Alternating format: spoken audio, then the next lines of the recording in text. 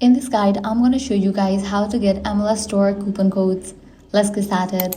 First, launch your preferred browser. Now type in MLS Store coupon codes and search for it. With that, different website links will appear.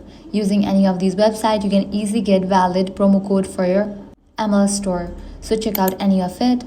Once you're on the website, you're going to find tons of offers and deals. Scroll through it and select the one that you're going to use. I'm going to use this one, 20% off. So here is the code, you can copy it. Before you use it, make sure the code is valid.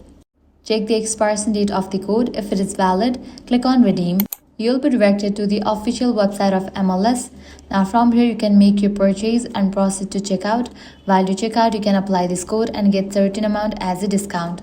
By following the same steps, you can easily use other codes as well. So that's it. This way you can easily get MLS Store coupon codes. If this guide helped you out, do not forget to like, share and subscribe.